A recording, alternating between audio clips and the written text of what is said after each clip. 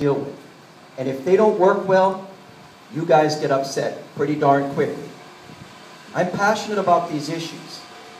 That's why I'm running. I love serving in the city because I felt every single day when I went home, I could tell my wife that I made a difference in someone's life by making sure a critical public service was delivered to that person. And I want to get back there to do even more of that kind of thing. I am passionate about this job, and I want it back. Now, I wanted to devote the rest of my time, of my 15 minutes, to talk about senior issues, if that's okay with all of you. Because I think that's what you're here to hear about. And in the questions, we can talk about a lot of the other things too.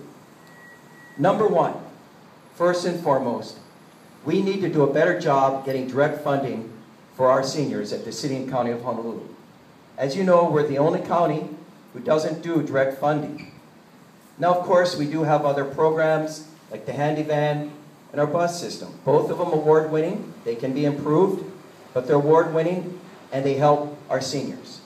But we need to do things where we can make sure that seniors are taken care of in their homes through direct funding sources. And I'm committed to do exactly that. I'm also open and want to look for ways to find additional funding sources in addition to direct funding. When I talk about direct funding, that means taxes or fees raised by this city going directly into kapuna kind of care projects. And then if we could find additional sources, whether they be private sector, 501c3, state, I'm open to all of that. I would want to work with you to do exactly that. The next thing I want to do, and this is really critical, is to create a senior summit within 120 days of my becoming mayor, if I'm lucky enough to be elected, to gather all the providers. That means private sector, 501c3, the federal guys, the state guys, and of course the city guys, to sit around and come up with a plan, a type of skeleton or an infrastructure that we could then talk about how can the city ramp up its delivery of services to seniors throughout this island. Because I believe we can do a much better job. And as all of you know, we are an aging population. And we owe it to our seniors to help them age in place and live life at the highest quality possible for all the sacrifices they've done for all of us. Ventura County has these summits, and they work. And instead of reinventing the wheel, we can just look at one of our counties in California to follow the same program. Third, and very important, pedestrian safety. You guys know we have a shameful statistic in terms of our seniors getting injured and killed in sidewalks all around this island. We've talked about it for years. When I was the majority leader, we teamed up with AARP, put in legislation, passed legislation, and yet our seniors still being killed. Not acceptable. You know it's not acceptable. I know it's not acceptable, and we need to do more about it. I'm committed to do exactly that. We need to care for our seniors as if they're our grandparents, our tutus, our grandpas, and then act from that place in our heart of caring. How do we do that? We identify the most dangerous pedestrian crossings on this island, which we know where they are. We have a list. And then we take action. And it's not prohibitively expensive to take this action. In-line lighting in crosswalks. About $20,000 to do this. That's where you push a button because you want to cross, and what happens? You got lights in the ground, in the crosswalk that are blinking yellow. Warning cars that someone's stepping out into the sidewalk. When I was this is the infrastructure improvement I support too, by the way, new roads, or repaved roads.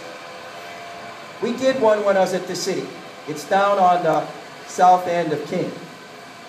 But we need to do this throughout the city. The federal government has funds for exactly these types of projects. And I want to do that. What else can we do? Put lights around crossing signs that blink also to remind us that before we cross, to stop, to look, to pay attention.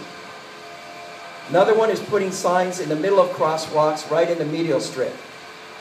When I was in the House representing Manoa, a very dangerous crossing right by the Starbucks. Grace knows about this. I wasn't at the city then, I was at the state, but I cared and I worked with the city and got a sign placed in the middle of the road. It said pedestrian crossing. It can bend if a car hits it. That simple action has reduced traffic accidents to pedestrians in that sidewalk. That's cheap. We're talking about plastic bolted into the ground. If it gets ripped out, we put another one. We can do that. Or painting on crosswalks the words, look. So before you step out, you're reminded, look both ways. Again, a very inexpensive thing to do. I am passionate about doing this. The other thing, complete streets. Many of you in the press have covered the passing of legislation both on the state level and now on the county level this year by the City and County of Honolulu, County Council, to mandate complete streets throughout this island. I love the concept. Now I like it partly because it requires off-grade bike paths, and I'm passionate about coming up with alternatives to cars and more buses. We need to do a better job in those areas, but we need to give people alternatives on how to move around this island, and off-grade bike paths are part of it. But complete streets requires sidewalks, safe pedestrian crosswalks. It mandates it every time we build a new subdivision or improve a road. And through a long period of time, we will do a better job because of complete streets. But I want to wrap it up earlier. Do more now and save more lives. Fifth, I mentioned age in place. We all know, in study after study, that the cheapest way to take care of our seniors and the healthiest way is to allow them to age in place. Not be in a care home, but in their own home, surrounded by their pictures, their pets, their mementos of raising families in these homes where they can be healthier, both physically and psychologically. How do we do this? One is we do make sure that our handyman and services improve. They were pretty bad when I was at the city. They got better while I was there, and they need to even be improved more. It is still a work in progress, but it's something I'm passionate about and committed to doing a better job on. Another issue that people don't talk about, fast tracking of permitting for people who age in place when you need things like additional stairs, ramps, holes in bathrooms and in showers and going up your front door. If you deal with the City and County of Honolulu just for these simple kind of changes so you can stay in your home and be safe, you go through the long process as if you're building a new home.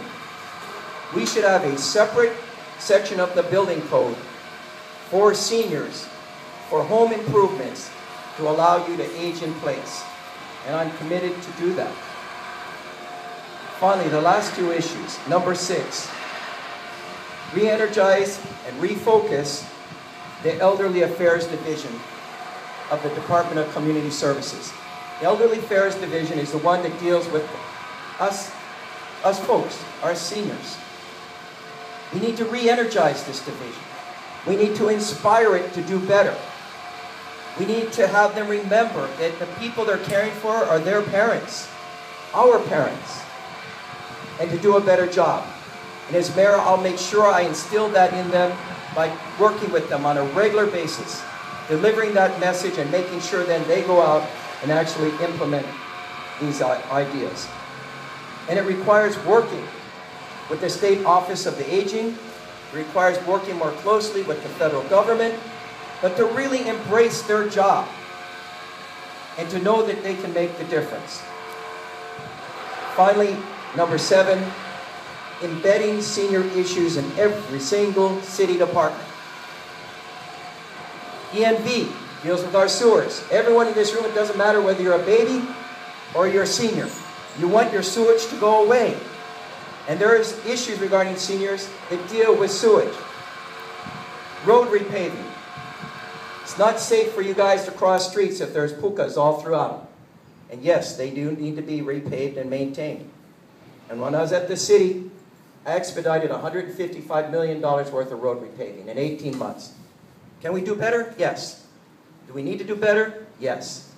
But road repaving makes it safer to walk on streets for all of us, including seniors. It crosses every department. Parks and Rec. How many of you seniors use our city parks to walk in for exercise or just to go to participate in senior programs? Can I see a show of hands? A bunch of you. It is a hidden treasure. We need to make sure we maintain our parks well, but we also need to make sure that our senior programs are designed to do the kind of things you want them to do and are open in the hours that you want them to be open.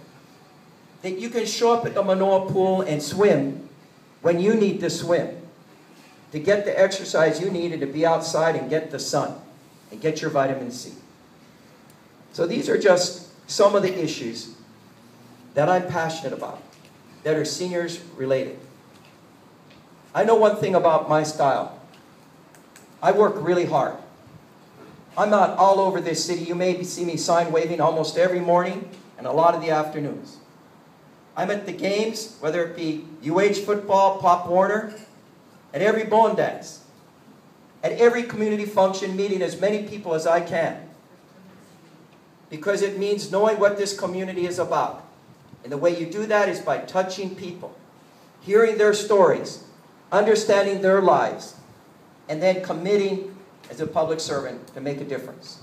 So I appreciate you allowing me to talk, and I look forward to the questions. Mahalo.